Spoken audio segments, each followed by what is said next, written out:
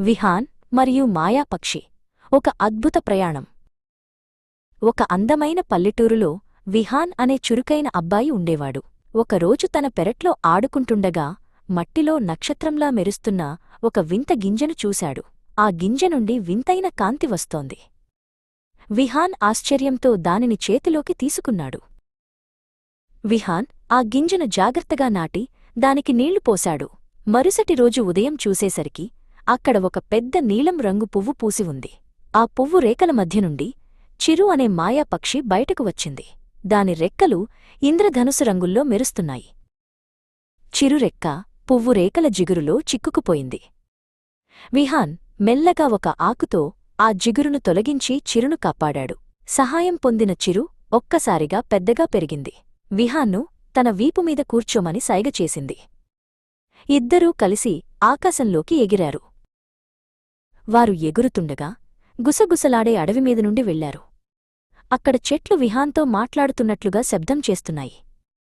అడవి దాటాక వారు ఎత్తైన మేఘాల లోకంలోకి ప్రవేశించారు. అక్కడ మేఘాలు దూదిపింజల్లా మెత్తగా ఉన్నాయి.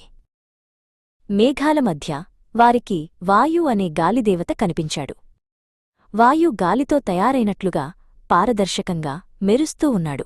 అతను చిరు మరియు విహాన్లను చూసి చిరునవ్వు నవ్వి వారి ప్రయాణం గురించి అడిగాడు. వాయు విహాన్కు ఒక చిన్న మాయా ఈలను బహుమతిగా ఇచ్చాడు. ముందున్న మంచు కొండలను దాటడానికి ఇది నీకు సహాయపడుతుంది అని వాయు చెప్పాడు. విహాన్ ఆ ఈలను అందుకుని వాయుకు కృతజ్ఞతలు తెలిపాడు. వారు ముందుకు వెళ్లేసరికి దట్టమైన పొగమంచు అడ్డువచ్చింది. విహాన్ వెంటనే వాయు ఇచ్చిన ఈలను గట్టిగా ఊదాడు. ఆ శబ్దానికి మంచు విడిపోయి ఒక వెండి జలపాతం దారి కనిపించింది. ఆ జలపాతం నీళ్లు వెన్నెలలా మెరుస్తున్నాయి. చిరు మరియు విహాన్ ఆ జలపాతం దగ్గర ఆగారు.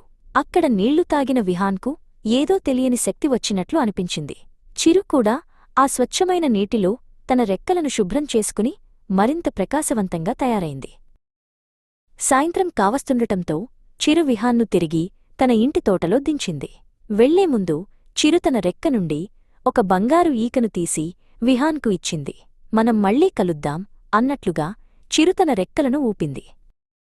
విహాన్ ఆ బంగారు ఈకను తన పక్కనే పెట్టుకుని మంచంమీద పడుకున్నాడు.